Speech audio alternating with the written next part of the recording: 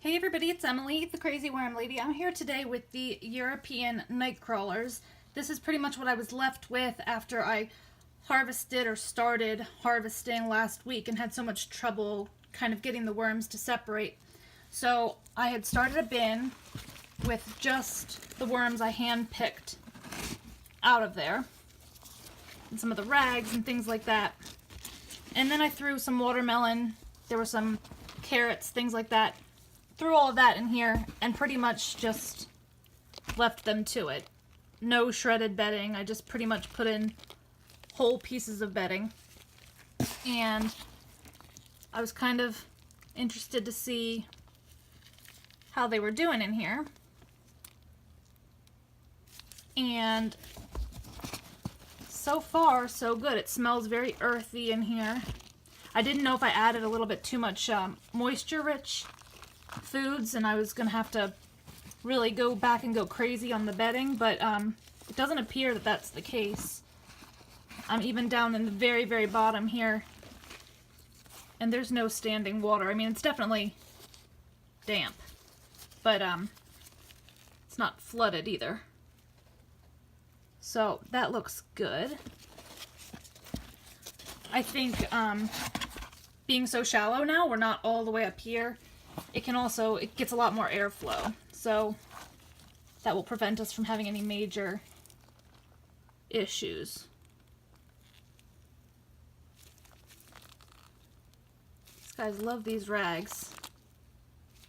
They're just, I mean, all intertwined. Look at those little guys too. It's awesome. So I'm just kind of going to turn all of this up and just make sure everything looks good kind of throughout, but because I literally just threw everything in here and left it. Hadn't really been back in to check on it at all since I did this last week. And yeah, the consistency is nice. Damp, but it's not wet. Got some more rags down here. Some of those carrots that'll take eons to break down. But yeah, I couldn't be more pleased. This is a good start to, you know, our next attempt at doing this a little bit better as far as trying to run it a little bit drier. Make sure we don't fill it up so much so that we can get better quality castings out of it. Although the drying out process is coming along and I am seeing some flakier looking castings. So I think if I keep letting it kind of sit and turn it about, I might be okay. And I actually thought I would take you guys real quick into my living room where that mortar tray is residing at the moment. And I'll show you what I'm doing in there. I think I'm not going to feed this right now. I might throw in some coffee grinds or something, but I don't want to push this too quickly and then regret it. So for now, I'm just going to leave this as is. So let's go take a peek at the mortar tray in the other room. Okay, so here's the mortar tray that I'm slowly letting finish up. And look, the castings are actually starting to flake now. They don't have that clayish consistency that I was struggling with at first.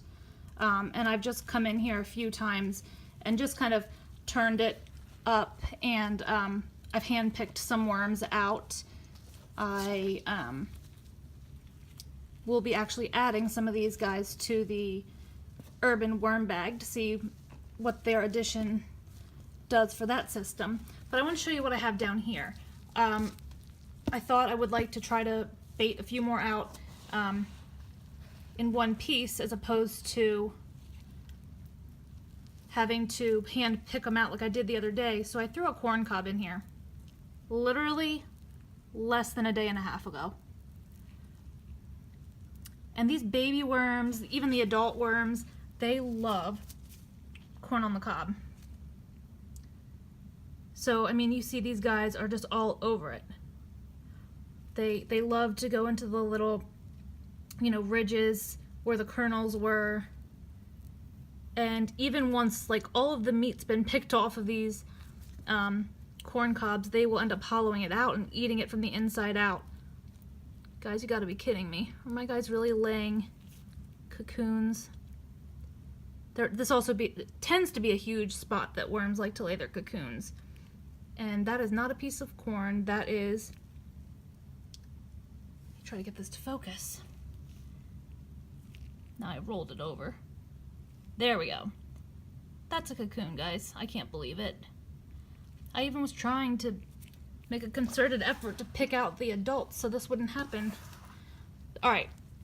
So I did remember when I was about to film this that I had not added any eggshell when I put the corn cob in here.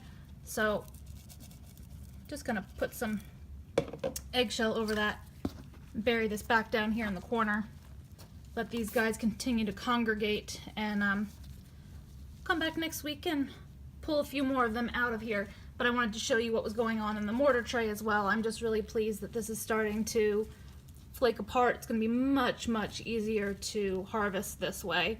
So just going to stick at it, keep coming in and turning it up every few days, and hopefully we will be able to harvest this real shortly. So let me know what you think. Drop your comments below, like this video, and subscribe if you would like some more content from me.